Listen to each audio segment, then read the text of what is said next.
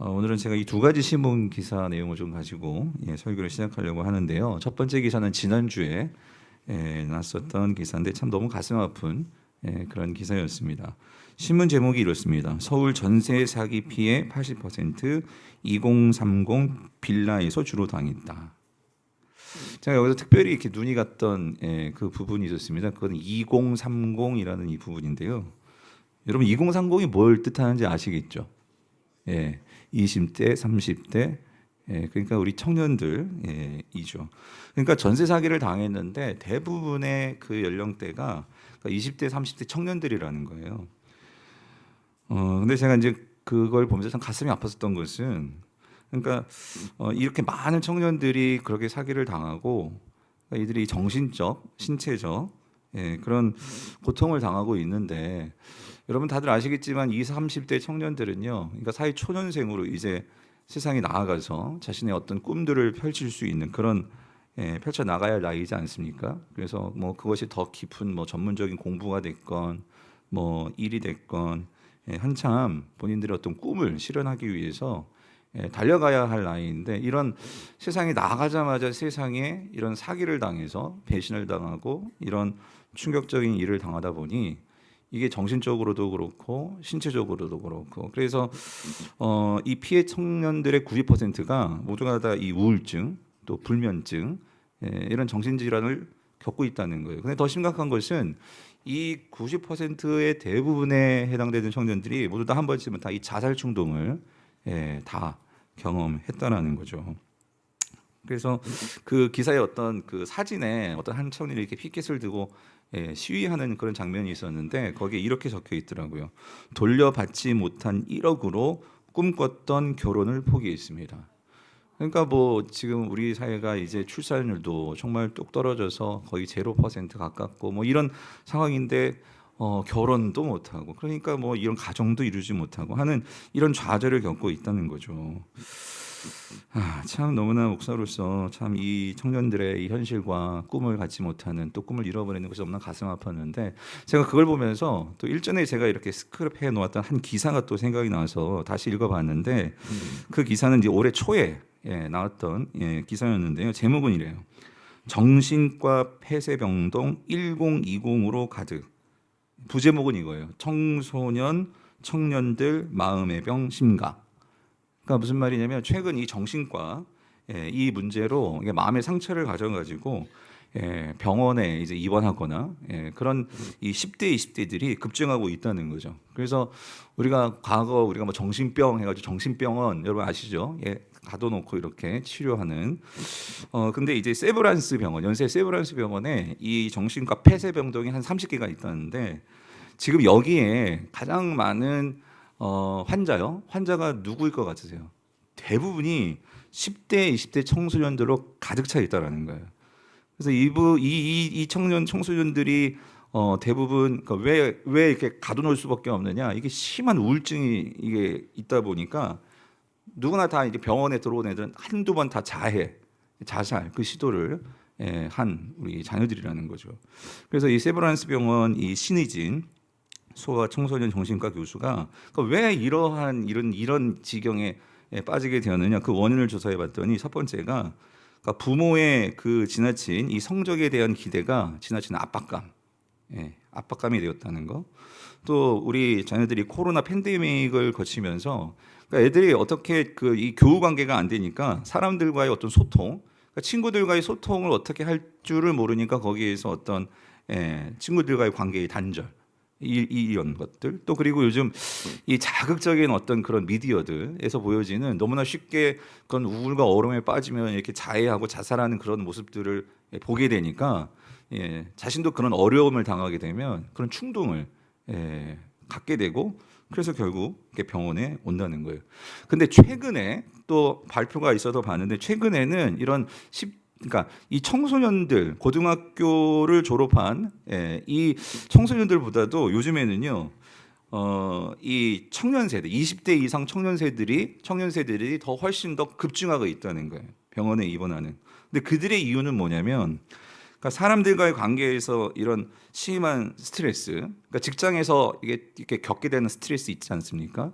그리고 또 요즘 우리 청년들 이렇게 인스타그램 뭐 이런 소셜 미디어 많이 하잖아요. 그걸 하다 보니까 잘 나가는 친구들의 모습을 보면서 이게 자기가 이렇게 비교하면서 친구들은 이런 번듯한 직장에 다니면서 그들은 막 좋은 것도 있고 좋은 것도 가지고 막 이러는데 자기 모습을 보니까 자기는 너무나 초라하다는 거죠. 직장도 변변치 못하고 그러니까 이런 마음의 병을 가지게 되고 거기에서 큰 절망감을 갖게 된다는 거예요. 사랑하는 성도님들, 어쩌다가 우리 자녀들이 이러한 지경에 이르게 된 것일까요? 아니 그 젊은 나이에 정말 한창 꿈을 가져야 할 그 청년들이 왜 당하지 않아도 되는 이런 절망의 고통 속에서 그런 아까운 청춘을 희생하면서 또 희생당하면서 왜 이렇게 살아가야 하는 것일까요? 뭐 물론 당장 우리 2부 예배 때는 우리 자녀들은 벌써 출가했고 결혼시켰고 애기들 다 낳고 잘 살아서 뭐 이런 얘기가 그렇게 안 와 닿을지 모르지만 그런데 여러분 이 문제가 당장 내 자녀의 문제는 아니라고 해가지고 우리가 진짜 상관이 없는 그런 일일까요? 어쩌면 근데 이 자리에 그런 10대, 20대만이 아니라 여러분들 중에도 정말 인생에서 어떤 이런 큰 절망에 여러분들이 처해서 어떻게 될지 모르는 아마 그런 분들도 분명 있지 않겠습니까?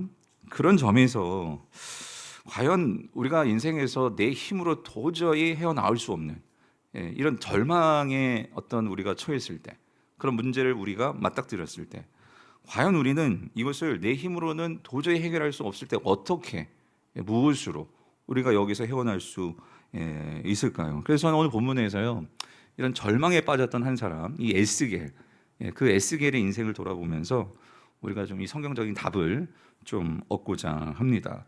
자, 그래서 오늘 우리가 읽은 이 에스겔 1장 본문은요. 우리가 다 읽지는 않았는데 여러분들이 아마 리딩 지저스 본문을 읽으셨을 거예요. 그 1장은 그러니까 에스겔이 어떻게 하나님의 부르심을 받아서 이 선지자가 되었나 하는 그 내용이 1장 내용이죠. 근데 오늘 우리가 읽은 이 3절, 이 세 개 3절의 말씀은 이 에스겔이 그런 하나님의 선지자로 부름 받는 그 당시 상황이 어땠나?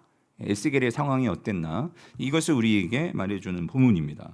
자, 그래서 우리가 1절을 다시 한번 읽어볼게요. 우리 1절을 같이 읽어볼게요. 시작.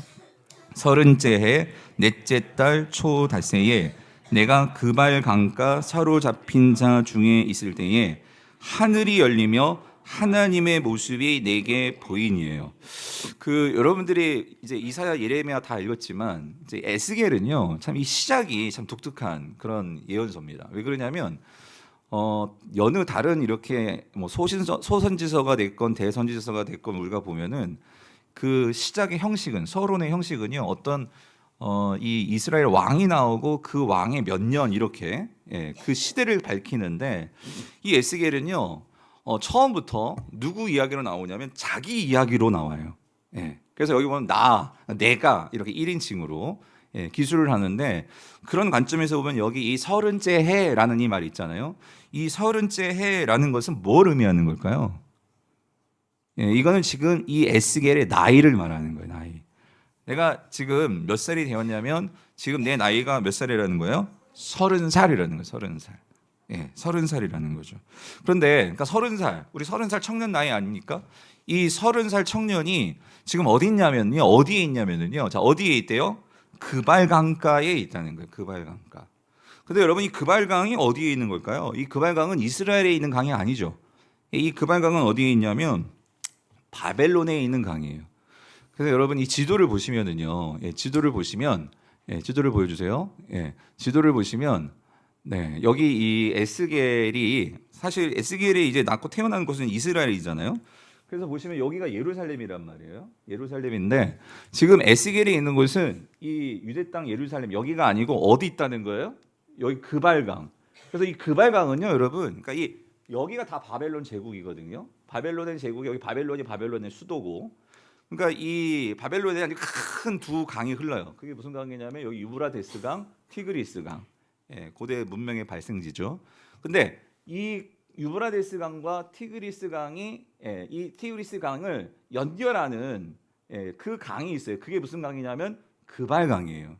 근데 여러분 이 그발강은요 사실은 인간이 만든 운하로 만든 강이었어요. 예. 그러니까 어쨌든 자 지금 에스겔이 어디 있냐면 이 그발강 여기 파란색 보이시죠? 이게 그발강인데 이 그발강가에 있는 거예요. 자 근데 그러면 왜 에스겔이 예루살렘 이 유다 땅에 있지 않고 왜 이 바벨론 땅에 있는 것일까요? 자, 1절이 그 이유를 이렇게 설명을 하죠. 1절을 보니까 중간에 자, 그렇게 그발 강가에 자, 내가 어떻게 있대요? 뭐로 있대요? 사로잡힌 자 중에 있다는 거예요. 그러니까 내가 지금 신분이 뭐라는 거예요? 포로라는 거죠, 포로. 그러니까 어떤 일이 있었냐면 그러니까 이 남유다를 바벨론이 침공을 하죠. 침공을 해가지고 두 번째로 침공을 하는데 그 두 번째 침공 때 이 느부갓네살이 많은 포로를 끌고 갔어요. 근데 첫 번째로 누구를 끌고 갔냐면 그게 바벨론이 침공했을 때 그때 왕이 여호야킨 왕이었어요. 그 여호야킨 왕을 바벨론 포로로 잡아가면서 또 누구를 포로로 잡아갔냐면 그게 누구일까요? 에스겔이다 그 소리 에스겔. 그래서 에스겔을 포로로 잡아갔는데 다시 앞에 그 지도를 좀 보여주실래요? 그래서 아까 말씀드렸죠. 이 그발강 이 근처에 정확히 말하면 텔아빕이라는 이 지역에 지금 에스겔이 거기에 사로잡혀 있었어요. 거기 뭐가 있었냐면 그러니까 그렇게 포로로 끌려간 이 유다 백성들이 이 그발강 근처에 이제 포로 수용소가 거기에 이제 있어서 거기에서 이제 집단 생활들을 했다고 합니다. 근데 학자들에 따르면 왜 이들이 그발강 근처에 그렇게 머물러 그 근처에 살았을까? 왜 그러냐면 말씀드렸죠. 이게 지금 이 티그리스 강과 유브라데스 강의 이게 운하처럼 이 두 강을 연결하는 강을 만들기 위해서 바벨론이 운하 공사를 하는 거예요. 그래서 이 운하 공사에 누구를 투입시키냐면 이 유다에서 포로로 끌려온 이 유다 백성들을 그 강제 노역을 시키면서 이 운하 공사에 투입을 한 거죠. 그러면 우리가 이걸 유추하면 지금 왜 이 에스겔이 그러니까 이 그발 강가에 와 있냐면 와서 뭘 하고 있냐면 뭘 하고 있었을까요? 그도 거기서 이제 땅 파고 있는 거죠. 운하 공사를 하고 있었던 거겠죠. 자, 근데 여러분 본래 이 에스겔이요 만약에 그가 지금 포로로 끌려오지 않았다면 만약에 이 유다 땅 예루살렘에 있었다면 그는 뭐 하고 있을 사람이었을까요? 제사장입니다. 무슨 말이냐면 오늘 본문에도 부시라는 아버지 이름이 나오는데 이 부시가 누구냐면 제사장이었거든요. 그러니까 이 에스겔은 제사장 가문에서 태어난 사람이었어요. 그러면 이 구약에서 이 제사장 가문에서 태어나면 당연히 그 아들도 뭐가 돼요? 제사장이 되죠. 그 제사장이 될 사람이었어요. 그러니까 만약에 여러분들이 아시겠지만 아직 이 에스겔이 지금 바벨론의 포로로 끌려와 있는 그 30세 나이에 그 당시에는 아직 유대 땅이 예루살렘 성전이 망하지 않았거든요. 그러니까 만약에 그가 30세에 만약에 지금 이 유다 땅에 있었다면 그는 뭐 하고 있었을까요? 제사장하고 있었을 거예요. 왜냐하면 태어났을 때부터 그는 이제 성전에서 예루살렘 성전을 그 성전에서 제사장들이 하는 일들을 보고 요즘 말로 말하면 어렸을 때부터 제사장 교육을 받았던 자예요. 그래서 여러 제사법을 공부하고 또 정결법을 공부하고 그렇게 어떤 면에서 엘리트 그런 교육을 받았겠죠. 그렇게 엘리트 교육을 받으면서 자랐던 자예요. 그래서 아버지가 이 부시가 아들을 낳는데 이름을 뭐라고 지어줬냐면 이 에스겔이라는 뜻은 금요 기도 때 말씀드렸는데 뭐죠? 하나님이 강하게 하신다라는 뜻이었어요. 그러니까 정말 하나님이 강하게 하시는 그런 제사장이 되라 하고 아버지가 그런 이름을 지어주지 않았겠습니까? 그러니까 에스겔은 아마 어렸을 때부터 에스겔 이름을 들을 때마다 그래 나중에 나는 정말 강한 정말 실력 있는 그런 제사장이 될 거야. 뭐 이런 꿈을 가지고 그가 성장했을 것입니다. 자, 근데 여러분 이거예요. 그렇게 자랐는데 참 이게 공교로운 게 뭐냐면 여러분 제사장 규례에 의하면은요 그렇게 어렸을 때부터 제사장 가문에서 태어나서 제사장 교육을 받은 그 아이가 정식으로 요즘 말로 말하면 이렇게 라이센스 받고 진짜 공식적인 제사장이 되는 나이가 몇 살이냐면 그게 몇 살일까요? 그게 30세다 그 소리예요. 30세. 근데 여러분 그 공식적으로 그러니까 요즘 말로 말하면 그 힘든 뭐 로스쿨 나오고 의학 전문 대학 나와가지고 어쨌든 뭐 전문의 다 시험 통과해가지고 이 전문의 자격돼가지고 의사 되는 바로 그 순간에 그러니까 이 제사장이 되는 바로 그 30세 나이에 그건 다 받아놓고 지금 에스겔은 지금 뭐 하고 있어요? 땅 파고 있다는 거예요, 여러분. 지금 바벨론에서 이 땅 파는 그런 강제 노역을 하고 있다는 거예요. 그러니까 여러분 생각해 보세요. 30세 나이.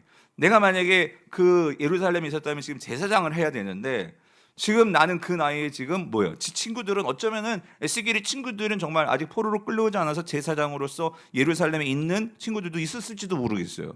그런데 에스겔은 지금 이 바벨론 땅에서 땅 파고 있으니 그리고 포로로 끌려와 가지고 그리고 여러분 아무리 내가 제사법을 알고 제사규를 안다 할지라도 여러분 바벨론 땅에 하나님의 성전이 있습니까?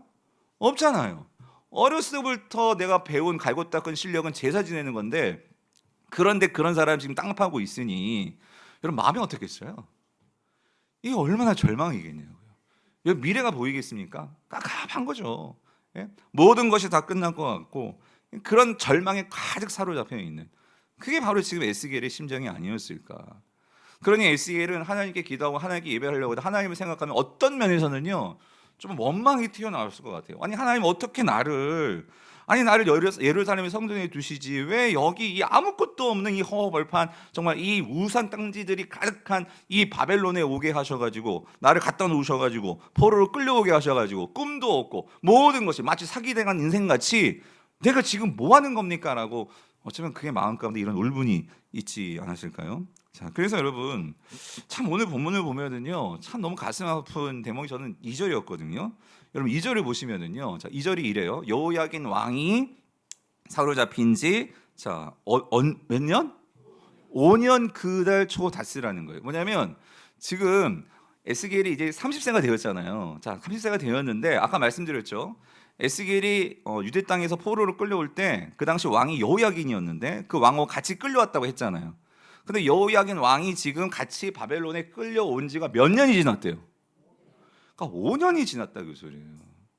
그러니까 이 말은 5년 동안 지금 바벨론 땅에서 제사장 되어야 할 그 에스겔이 뭐 하고 있었다? 땅 파고 있었다 그 소리예요. 그러니까 이게 얼마나 힘들었겠냐고요. 얼마나 우울과 얼마나 그 5년의 시간. 여러분 5년의 시간이 결코 짧은 시간이 아니잖아요. 그 시간 동안 얼마나 힘들었겠습니까? 자 그렇다면 여러분 우리가 이 질문을 한번 해봐야 될 것 같아요. 여러분 왜 하나님께서 이렇게 생 고생을 시키시는 걸까요? 왜 에스겔에게 아니 왜 제사장 노릇을 해야지 왜 이 바벨론 땅에서 왜 땅 파고 있게 하시는 걸까요? 그러니까 예루살렘 성전에 이 에스겔보다 실력이 뛰어난 그런 제사장들이 많으니까 에스겔은 쓸모가 없어서 에이 모르겠다 넌 저기나 가라 해가지고 하나님께서 바벨론 땅으로 보내신 것일까요? 이 에스겔은 영 신통치가 않아. 그래서 하나님께서 제사장에서 잘라버리신 걸까요? 여러분 왜 그러신 걸까요? 하나님께서 그렇게 에스겔을 세상처럼 별로 쓸모없다고 해서 잘라버리시거나 제사장 많은데 넌 소용없어 필요 없어 그렇게 하실 분이 아니시잖아요. 왜 그러셨을까? 여러분 우리가 에스겔서를 다 읽어보셔서 아시잖아요. 하나님은요 그러니까 에스겔이 지금 알지 못하는 하나님 뭐가 있으셨죠? 더 큰 에스겔을 향한 꿈과 계획이 있으셨다는 거예요. 무슨 말이냐면 정말 하나님은요 이 에스겔에 대한 정말 그의 이름처럼 그를 어떻게 만들고 싶으냐 정말 강한 제사장으로 하나님은 만드시려는 계획이 있으셨다는 거죠. 즉 하나님은요 이 바벨론 땅에 아무것도 하나님의 성전이 없고 그렇게 에스겔의 눈으로는 보일지 모르지만 그런데 우리가 뒤에서 보겠지만 하나님은 그 바벨론 땅에서 하늘문을 여시고 그 에스겔에게 뭘 보여주세요? 하늘 성전의 모습을 보여주시더라 그 소리예요. 하늘 성전을 보여주시고 너는 그 하늘과 이 바벨론 포로지를 연결하는 진정한 하나님의 강한 제사장이야. 그것을 심어주시고 그 제사장으로 사용하시기 위해서 하나님께서 어떻게 해요? 그 바벨론 땅에 두셨다라는 거죠. 그래서 여러분 오늘 본문에서요 우리가 정말 놓치지 말아야 정말 중요한 표현이 하나가 나오는데 그게 뭐냐면 1절을 보시면 자 이런 표현이 나와요. 자 여기 그 30째 해에 그발강에 사로잡혀 있었다. 여기는 정말 절망밖에 안 보여요. 그런데 그 절망의 순간에 하나님은 거기서 무엇을 어떤 역사를 이루시냐면 그 다음부터 보세요. 자 뭐가 열렸다고요? 하늘이 열렸다는 거예요. 하늘이 열렸다. 예? 하늘이 열렸다. 여러분, 여기서 하늘이 열렸다는 의미가 뭘까요? 그것은 하나님의 영광과 하나님의 그 임재가 보였다는 거예요. 그런데 중요한 것은 여러분 이겁니다. 언제 어디에서 이 하늘이 열리는 경험을 애쓰게 했냐, 그 소리예요. 어디에서예요? 그발강이라는, 그발강. 다시 말하면 바벨론 땅이라는 거예요. 에스겔이 하늘이 열리는 경험을 한 것은 그 유대 땅 예루살렘의 그 성전에서가 아니었어요. 그럼 어디냐? 그 예루살렘 성전이 아니라 어디라고요? 모두가 하나님이 안 계실 거라고 생각하고 모두가 이스라엘 백성들에게는 이건 절망의 장소야, 다 끝나버린 인생이야, 그런 곳이야 라고 생각하는 그 그발강가 땅 파는데 거기에서 뭐가 열렸다고요? 하늘이 열렸다라는 거예요. 성도님들, 이게요, 유대인들에게는, 우리에게는 별로 그렇게 심각하게 안 나오고 수 있지만 이게 왜 중요하냐면 여러분 이렇습니다. 유대인들에게는요, 이 당시 구약에서요, 하나님은요 항상 이곳에 계신다고만 믿었어요. 그게 어디예요? 예루살렘 성전이란 말이에요.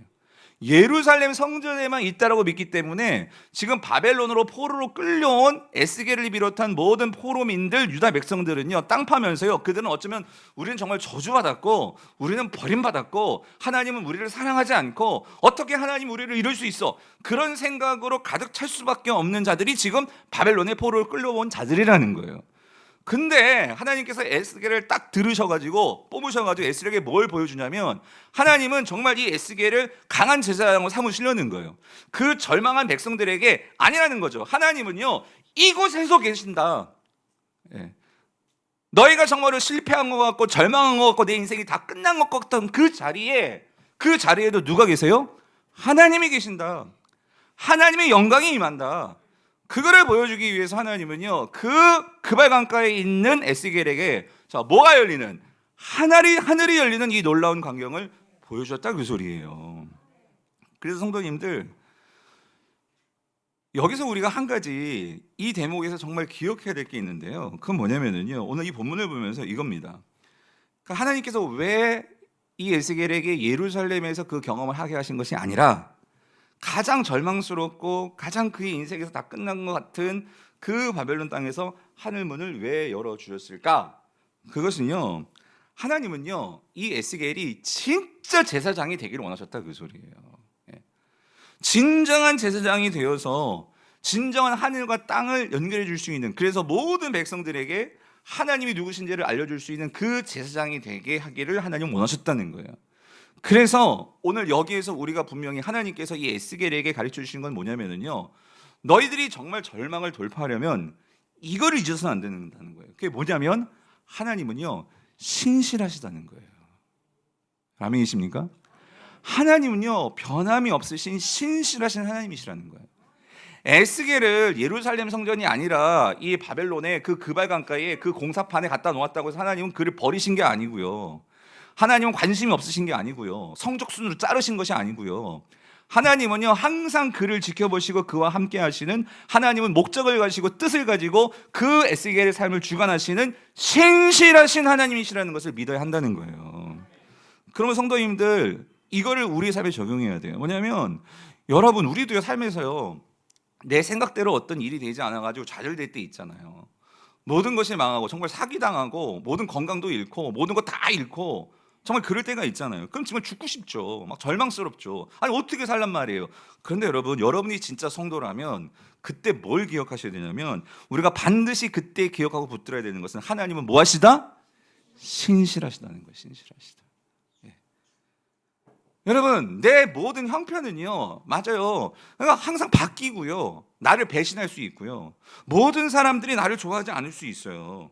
그런데 여러분, 하나님은요, 여러분을 선택하셨고 여러분을 부르셨고 그리고 여러분을 사랑하셔서 그 아들의 목숨을 걸고 나는 너의 하나님이고 나는 너에게 신실한 하나님을 우리에게 분명히 확증해 주셨다라는 거예요. 여러분 믿으십니까? 예. 그래서 여러분, 이 하나님의 신실함을 믿고 나아갈 때 그 자에게는 반드시 뭐가 열리는 경험이 있느냐? 하늘이 열리는 경험이 있게 된다, 그 소리예요. 여러분들 박위 형제라고 아세요? 박위 형제? 사진 한번 보여주세요. 제가 한 번도 인용했지만 이 미라클 대표 박위 형제가, 그러니까 이 형제가, 그러니까 부모님은 크리스찬이고 한데, 그러니까 모태신앙을 했어요. 근데 이 청년 때 너무 잘 나가다 보니까 좋은 직장 들어가가지고 친구들하고 술 마시고 뭐 정신 뭐 놓고 있다가 높은 데서 떨어져가지고 그냥 모든 하반신 모든 뭐 척추 위루태가 다 마비가 되었잖아요. 그래서 의사는 당신 절대로 일어날 수도 없고 이제 어쩌면 침대 생활만 할 수밖에 없고 모든 게 다 마비가 됐으니 그럼 그런 인생에 대한 충격적인 얘기를 들었었잖아요. 그런데 그가 그럼에도 불구하고 그때 이제 하나님을 붙들고 하나님은 일어나게 하실 거야라는 믿음을 가지고 거기서 정말 하나님을 만나고 그리고 나서 정말 열심히 재활을 하고 그리고 많은 교회 그 친구들과 또 많은 성도들이 기도에 힘입어서 진짜 놀라운 기적이라는 거잖아요. 물론 지금 하반신은 정말 마비돼서 쓸 수가 없어요. 근데 손을 이제 올릴 수도 있고 움직이기도 하고 그러니까 진짜 이제 자동차 운전도 하고 휠체어도 이제 타고 다니면서 그러면서 정말 귀한 거는 이 위라클이라는 우리가 기적이라는 이런 유튜브 채널을 만들어 가지고 정말 인생에서 절망한 사람들에게 정말 소망의 그런 메시지를 전하는 그런 희망 메신저가 되어 가지고 지금 너무 잘 그렇게 사역을 하고 있잖아요. 근데 최근에 마기 형제가 올해 10월에 결혼한다는 여러분 그 매스컴 기사 보셨어요? 그래가지고 옆에 있는 자매도 참 이게 한때 그 대중 가수였죠. 송지은 자매라고 아주 예쁜 아리따운 그런 자매. 근데 이 자매가 너무 믿음이 좋더라고. 신앙이 있고.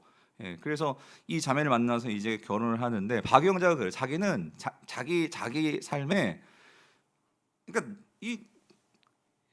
그러니까 아래로는요 완전히 마비가 돼가지고 뭐 그러니까 거의 뭐 감각도 없고 그러니까 이런 누가 나를 사랑하겠냐는 거예요. 그래가지고 자기는 평생 결혼도 못 하고 그렇게 살 거라고 자기는 생각했었다는 거예요. 근데 하나님은 거기까지 내가 생각지도 못한 일을 하나님께서 하게 해주셔서 이렇게 정말 좋은 착한 예쁜 자매를 만나가지고 결혼도 하게 되었다고. 그래서 그 최근에 이제 제가 이제 그 위라클 유튜브 그 채널을 들어가 보니까 이제 얼마 전에 또 웨딩 촬영을 했더라고요. 그래서 눈물의 웨딩 촬영 현장이라고 해가지고 영상이 있는데 거기 마지막에 이 박 형제가 자기가 직접 이렇게 나레이션을 하는데 이렇게 고백을 해요. 평생 사랑하고 싶은 사람을 만났습니다. 하나님의 완벽한 시간 속에 선물과도 같이 찾아온 소중한 사람. 이제는 저희가 함께 아름다운 가정을 이루고 예수님의 사랑을 전하는 삶을 살아보려 합니다. 작은 교회가 되기 위해 내딛는 첫걸음에 따뜻한 축하를 더해 주세요. 라고 이렇게 말을 하고 마지막에 여러분 영상 보시면 알겠지만 이 형제가 손이 그러니까 거의 마음대로 잘 움직이지는 못해요. 그렇지만 그래도 그 손을 움직여 가지고 그래도 움직일 수 있는 손을 최선을 다해 가지고 마지막에 그다음 사진 보여주실래요? 이 글귀를 이게 친필로 쓴 건데요. 이게 뭐라고 써 있냐면 이게 로마서 8장 28절 말씀이에요. 여러분 잘 아시죠? 우리가 하나님을 알거니와 하나님을 사랑하는 자 곧 그의 뜻대로 부르심을 입은 자들에게는 모든 것이 합력하여 어떻게 해요? 선을 이루느니라. 이거를 이제 자기가 이렇게 친필로 쓴 거예요. 야, 근데 나보다도 잘 쓴 것 같아.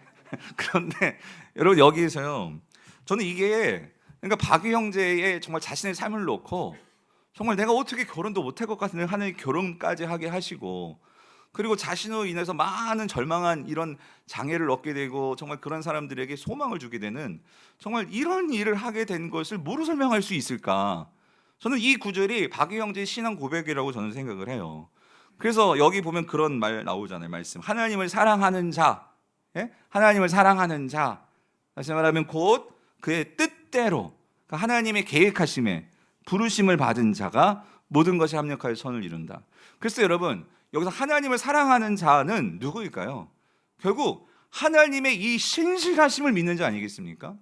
나를 향해서 하나님께서 결국 나를 이렇게 절망의 구렁텅이에 정말로 몰아가신 것 같은데 만약에 그 하나님의 신실하심을 몰랐다면 여러분 그는 평생에 하나님 원망하면서 아니 어떻게 내가 잘 나가던 그러한 나의 과거 한때가 있었는데 내가 정말로 그렇게 키도 크고 잘 나가는 나였는데 어떻게 하나님 나를 이렇게 만들 수 있습니까? 원망하면서 그러면서 어쩌면 인생을 완전 패가 망신으로 그렇게 만들 수도 있는데 그런데 그 하나님의 신실하심을 그가 알고 경험하고 믿고 그러면서 하나님을 사랑할 때 하나님께서 내가 알지 못했던 그런 하나님의 뜻들을 보여주시면서 어떻게 해요? 이제 이제는 결혼까지 하게 하시고 가정을 이루게 하시고, 그래서 나 혼자가 아니라 신앙 좋은 믿음 좋은 자매를 만나게 하셔서 그 하나님 나라 일을 같이 할 수 있도록 그런 교회가 되게 하신 것이 너무나 감사하다는 거죠. 여러분, 이게 뭐예요? 그 박애 형제에게 뭐가 열린 거죠? 하늘이 열렸다, 그 소리입니다. 예? 하늘이 열렸다, 그 소리예요. 예? 그러면 사랑하는 성도님들, 오늘 저와 여러분의 삶에도 몰라요. 여러분, 정말 어제도 우리가 계속 뉴스 보고 있지만, 아니 그 사랑하는 딸이 정말 공부하러 와가지고 그 호텔에서 그렇게 죽게 될지 누가 알았겠어요. 그런 느닷없이 우리가 정말 찾아들은 이러한 절망과 위기와 이런 순간들이 우리가 찾아올 때, 여러분 어떻게 우리가 그것들을 돌파낼 수 있겠냐고요. 여러분, 우리의 힘으로 맨정신으로 그걸 돌파낼 수 있겠습니까? 무엇으로 돌파낼 수 있냐고요. 여러분, 정말 우리가 장마를 거쳤지만 우리가 먹구름이 끼고 그렇게 비가 내리고 할 때는 하늘이 아무리 보려고 해도 파란색이 안 보여요. 그런데 그 파란 하늘이 어디에 있어요? 그 먹구름이 낀 그 하늘 뒤에 그 파란 하늘, 햇빛이 쨍쨍 내릴 때는 그 파란 하늘이 있잖아요. 그 구름을 누가 걷어주시면, 하나님이 걷어주시면 뭐가 보여요? 그 푸른 하늘이 보이잖아요. 사랑하는 성도님들, 오늘 우리 인생에서요, 정말 그 먹구름 뒤에 우리는 믿잖아요. 파란 하늘이 있는 거 여러분 믿으시잖아요. 우리 인생 그 절망 뒤에 하나님이 분명히 우리에게 하늘 열어주시고 보여주실 하나님의 그 선하신 뜻, 하나님의 그 계획 여러분 있음을 여러분 믿으시기를 바랍니다. 그래서 오늘 본문에서요, 우리가 조금 더 구체적으로 1절에서, 그러니까 우리가 절망을 돌파하기 위해서는 이 하늘이 열려야 되는데, 도대체 이 하늘이 열린다는 개념이 뭘까? 이거를 좀 여러분들과 함께 조금 생각해 보려고 하는데요. 과연 저와 여러분의 삶 속에서도 과연 정말 하늘이 열리는 이런 에스겔이 경험한 이런 놀라운 경험들을 우리가 할 수 있을까? 예, 오늘 그 부분을 좀 살펴보려는데, 자 여러분 1절을 한번 보세요. 1절 다시 보면은 뒷부분에 자 이렇게 되어 있죠. 하늘이 열렸는데, 이 하늘이 열린다는 게 뭐냐면 오늘 본문은 이렇게 우리에게 말해줘요. 자, 하늘이 열리면서 이제 뭐가 보였어요? 예, 하나님의 모습이 내게 보이니에요. 자, 여러분, 우리가 에스겔서를 봤지만 에스겔서에서는요, 에스겔이 정말 본 것은요, 진짜 하늘이 열려서 정말 그 놀라운 하나님 보좌를 보게 되고, 그리고 내 생물과 그리고 수많은 바퀴와 해서 놀라운 하늘 성전의 모습을 봅니다. 그렇죠? 자, 그거를 보았는데, 자, 그것을 하나님의 모습이 내게 보이니 이렇게 말을 했는데, 그런데 여러분, 저희 질문은 이거예요.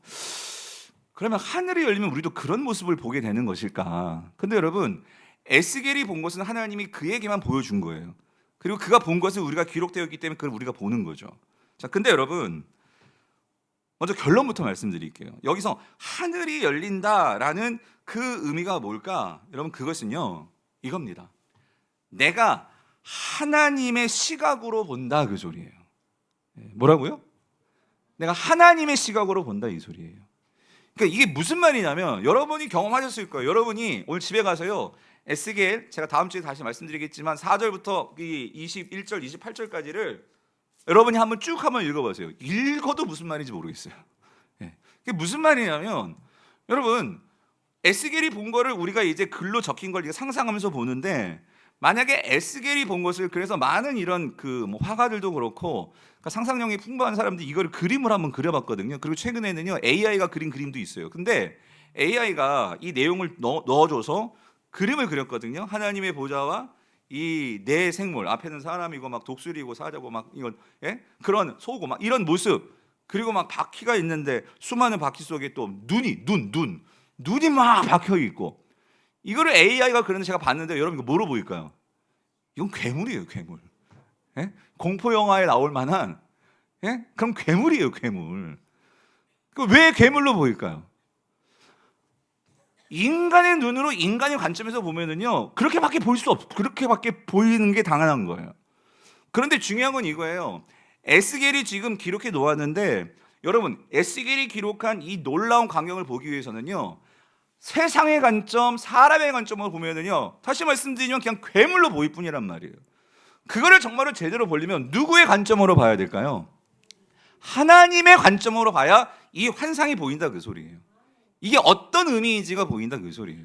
그래서 여러분 오늘 본문에서요, 우리 성경이 이 부분을 좀 이렇게 표현했는데 좀 아쉽긴 해요. 뭐라고 했냐면 하늘이 열리며 여기 하나님의 모습이 내게 보이니라고 했는데 이 노란 부분 있잖아요.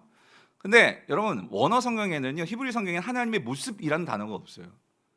하나님의 모습이라는 단어가 없고, 이게 제가 죄송하지만 원어를 그냥 말로만 해볼게요.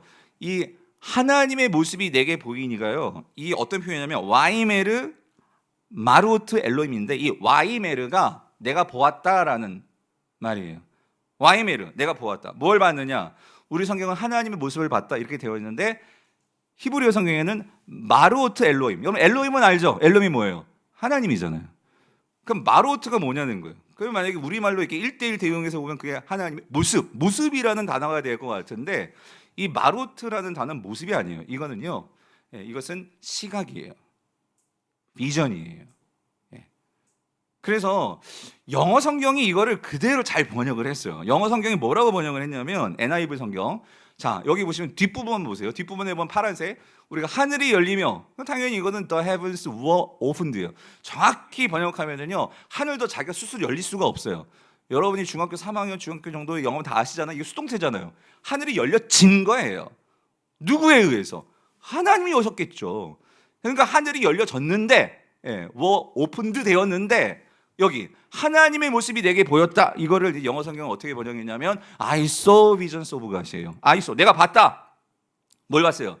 visions of God, 하나님의 비전을 봤다 이 말이란 말이에요. 그럼 비전이 뭐냐? 그러니까 비전은 정확하게 어떤 시력, 시각, 물론 이상 이런 뜻도 있지만 본질적으로 비전은요, 보는 거와 관련되어 있는 거예요. 즉 시각이란 말이에요. 시각. 다시 말하면 정확히 이걸 직역하면 이런 거예요.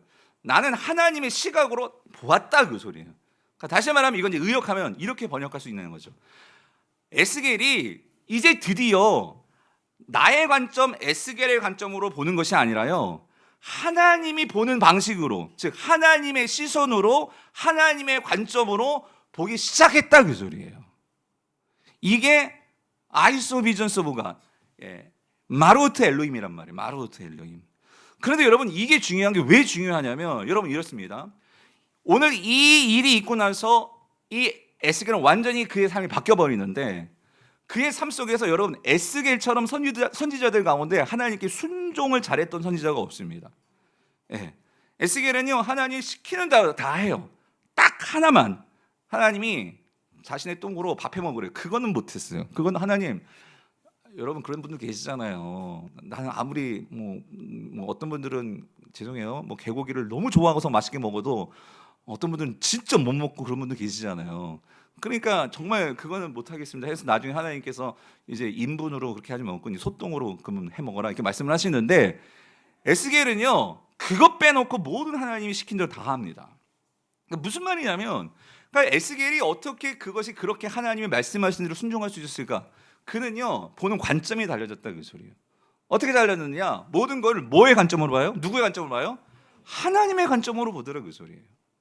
모든 사람들은 아니라고 하고, 모든 사람은 절망이라고 하고, 모든 사람은 끝이라고 말하던데, 오늘 이 사건 이후로 하늘이 열리면서 그의 시각이 하나님의 시선으로 보기 시작하니까 모든 것을 새롭게 보기 시작하더라는 거예요. 사랑하는 성도님들, 우리가요 이 세상을 살아가면서 여러분 신앙이 뭡니까? 신앙은요 지금까지는 내 관점으로, 내가 보고 싶은 방법으로, 내가 원하는 대로 보니까 여러분 그런 거예요. 내 관점으로는요 지금 여기 바벨론 땅에 있을 내가 아니란 말이에요. 나는 제사장이에요. 내가 어디 있어야 돼요? 예루살렘 성전에 있어야 되는 거예요. 그러니까 기도도 뭐예요? 하나님 나를 예루살렘 성전으로 옮겨주세요. 우리는 이렇게 기도할 거예요. 근데 하나님은 뭐래요? 아니라는 거예요. 왜 아니에요? 하나님은요 에스겔을 정말 강하게 해줄 건데, 너가 원하는 그 제사장 삼아줄 건데, 너는 어디에서 큰 강한 제사장으로 쓰임 받는 거예요? 바벨론에서. 사랑하는 성도님들, 이게 안 보이면은요 에스겔은요 평생 자기가 예루살렘 성전의 제사장이 아닌 것을 철천지한으로 그는 그 열등감에 쌓여가지고 다른 에스겔의 친구들이 그 예루살렘에서 제사장 하는 모습 보면서 항상 열등감에 쪄들어서 살았을 거예요. 그런데 이 에스겔이 그 하나님의 관점으로 보기 시작하니까 오늘 이 바벨론 땅은요 정말 많은 절망에 사로잡혀 있는 그 자들에게 그 하나님이 여기도 계시고, 이곳에서도 하늘문이 열릴 수 있고 하나님의 영광을 누릴 수 있음을 나를 보라는 거예요. 내가 그 하나님을 봤단 말이에요. 그 하나님을 보기 시작하니까, 하나님의 관점을 바라보기 시작하니까 내 인생이 바뀌었다, 그 소리예요. 그 제사장으로 쓰임 받는 것이 에스겔이다, 그 소리예요. 그러면 사랑하는 성도님들, 오늘 여기서 우리가 두 번째로 중요한 포인트가 있어요. 여러분의 인생이 아무리 절망이라도 그 절망을 돌파하려면요, 여러분 이걸 가지셔야 돼요. 뭘 가지셔야 돼요? 하나님의 관점을 가지셔야 돼요. 그래서 제가 이번 주에요, 이걸 계속, 제가 영어 잘 못해요. 근데 이거 계속, I saw visions of God, I saw visions of God. 기도할 때도 I saw visions of God. 한번 따라해 보실래요? I saw visions of God. 뭐예요? 하나님의 시선으로 보게 해주세요. 하나님의 관점으로 보게 해주세요. 여러분의 그 자녀, 세상적인 관점은 아무 소망이 없어. 아니, 너 어떻게 이 모양이 꼴이니? 내 남편이요, 하나님의 관점이 아닌 세상의 관점으로 보면 너무 소망이 없어. 나의 직구성, 나의 직장, 정말 사람의 관점, 나의 관점, 세상의 관점으로 보면 아무 소망이 없어요. 그런데 여러분, 누구의 관점이요? 하나님의 관점으로 보면 거기서 뭐가 열릴 수 있다고요? 하늘이 열리고, 그 시커먼 그 먹구름이 거치고, 그 반짝반짝 빛나는 그 태양이 빛나는 파란 하늘이 보이듯이 여러분, 하나님의 관점으로 볼 수 있게 되기를 정말로 축원합니다. 그래서 여러분, 이 땅에요, 정말 이 사단의 권세에 사로잡혀서 하나님의 관점을 잃어버리고, 결국 여러분 에스겔에서요, 모든 지금 남유다 땅에 있는 모든 백성들이 문제가 뭐냐면은요, 하나님의 관점으로 봐야 되는데 이 우상의 관점으로 보는 거예요. 우상의 관점. 우상에 다들 사로잡혀가지고 그 우상의 관점으로 모든 것을 바라보는 거예요. 여러분, 신앙은요, 다시 말씀드리는데, 신앙은요, 우리 시력을 교정하는 거예요.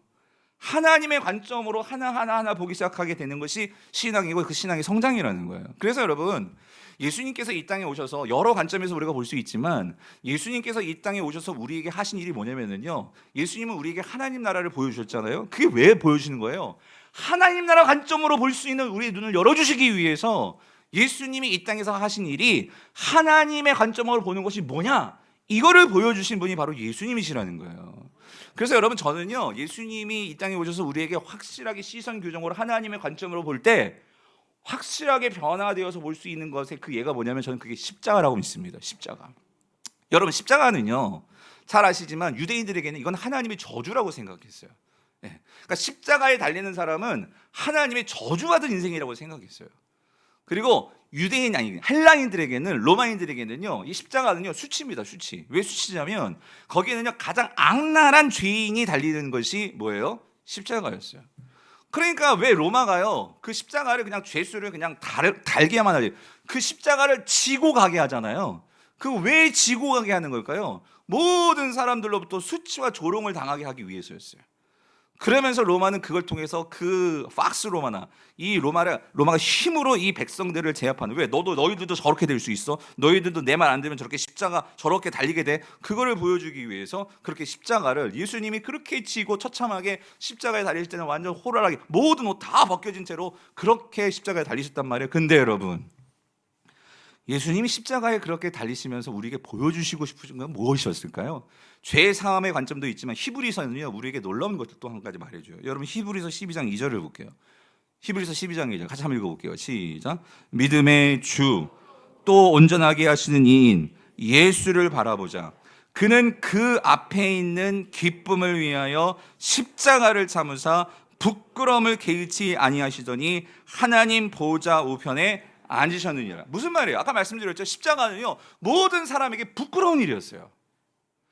그러니까 나에게 있어서 십자가는요, 정말 부끄러움이라는 것은 내가 피하고 싶고 그냥 내려놓고 싶고, 왜? 이건 수치예요. 저지예요. 이건 절망이에요. 근데 예수님은요, 그 십자가를 짊어지셨어요. 십자가에 달리셨어요. 그 이유가 뭐래요? 예수님은 십자가를요, 하나님의 관점으로 보는 거예요. 그 하나님의 관점이 뭐예요? 그 십자가는요, 오히려 우리에게 뭘 줘요? 기쁨을 준대요. 여러분, 그 기쁨이 무엇입니까? 그 기쁨은 하나님 보좌 우편에 앉게 되는, 예수님은 십자가를 통해서 결국 어디에 앉게 되십니까? 하나님 보좌 우편에 앉게 되신다는 거예요. 사랑하는 성도님들, 무엇입니까? 하나님의 관점으로 보지 않으면 우리는 다 십자가를 내려놓고 싶어요. 그 어떤 누구도 십자가를 짊어질 사람 아무도 없어요. 나를 힘들게 하고 우리 모두를 고통스럽게 하는 게 십자가예요. 그런데 그 십자가를 짊어질 수 있는 것은, 예수님은요, 누구의 관점으로 보는 거예요? 하나님의 관점으로 본다 그 소리입니다.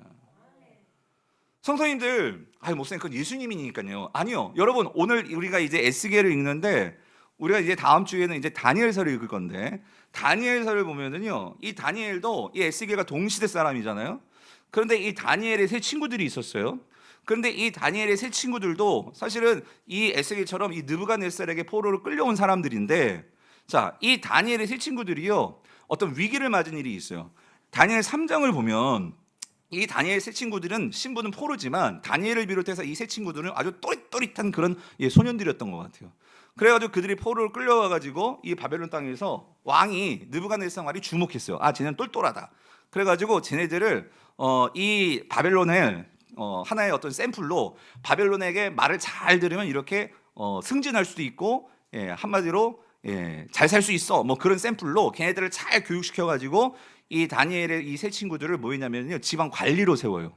그러니까 요즘 말로 하면 공무원으로 세운 거죠. 어쨌든 그렇게 세웠는데 이 느부갓네살이요, 다니엘서 3장에 보면 큰 금신상을 만들어요.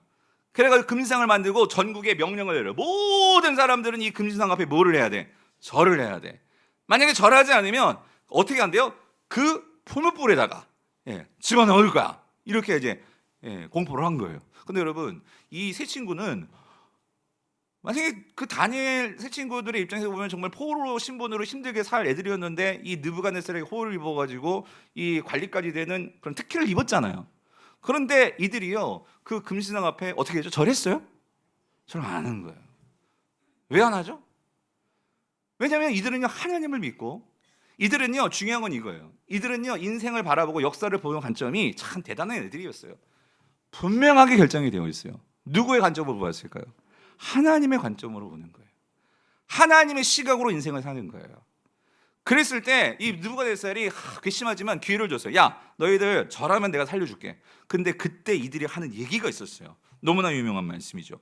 다니엘서 3장 17절 18절 뭐라고? 왕이여, 우리가 섬기는 하나님이 계시다면 우리를 맹렬히 타는 불뭇불 가운데서 능히 어때요? 건져내시겠고, 뭐예요? 하나님의 신실하심에 대한 믿음이죠. 하나님의 신실하심에 대한 이 확신이죠. 그리고 뭐래요? 왕의 손에서도 뭐예요? 건져내시리이다. 그렇게 하지 아니하실지라도 왕이여, 우리가 왕의 신절을 섬기지도 아니하고 왕이 세우신 그 금신상에 절하지도 아니할 줄을 어떻게 해요? 아옵소서. 여러분, 이게 뭐예요? 여러분, 웬만한 세상의 관점으로 정말 여러분, 금신, 그 엄청난 그게 다 금덩어리예요. 그렇게 만들 수 있는 사람은요, 정말 왕밖에 없어요. 그 돈 재력이 그 금신상을 보면 입이 떡 벌어질 거예요. 그러니까 그렇게 내가 인생에서 성공하려면요, 이 금신상 만든 사람 앞에 내가 잘 보여야 돼. 그러면 철저하게 그 사람의 관점으로 그 사람의 방식을 따라서 살아야지만 내가 살아남을 수 있겠죠. 그런데 이 세 친구들이 어떻게 그렇게 금신상을 만든 이 느부갓네살 앞에서 어떻게 그들이 그 왕에게 이렇게 따박따박 얘기하면서 담대함을 가질 수 있는 그 이유가 뭐냐는 거예요. 이건 한 가지밖에 없어요. 그는 보는 관점이 다른 거예요. 금덩어리가 그 관점이 아니고요, 그 세상의 권력의 관점이 아니고요, 이 모든 느부갓네살을 주관할 뿐만 아니라 이 역사를 주관하는 그 시각이 누구에게 달려 있는 거예요? 하나님께 달려 있는 거예요.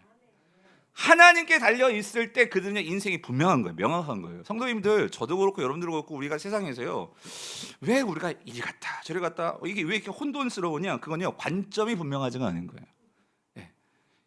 좌로 치우쳤다가 우로 치우쳤다가, 그러니까 이게 관점이 이게 분명하지 않으니까. 여러분, 우리는 좌파도 아니고 우파도 아니고 우리는 누파예요? 하나님파예요. 우리는요, 여러분, 좌파도 아니고 우파도 아니고, 여러분, 우리는요, 하나님의 관점으로 정치를 보고 세상을 보고 역사를 보고 우리는 하나님의 관점으로 해야 된다, 그 소리입니다. 이들이 그 하나님의 관점으로 볼 때 여러분, 이들이 정말 그 불구덩이 들어갔어요. 근데 놀라운 것은 그 불구덩이 속에 누가 계셨습니까? 들어갈 땐 3명이 들어갔는데 그 안에 몇 명이었어요? 4명이었단 말이에요. 인자 같은 이가. 그게 누구예요? 구약에 보이는 하나님 예수 그리스도 아니십니까? 하나님의 관점을 가지니까 하나님이 보이는 거예요. 하나님의 관점이 없으니까 우리 인생에서 하나님이 안 보이는 거죠.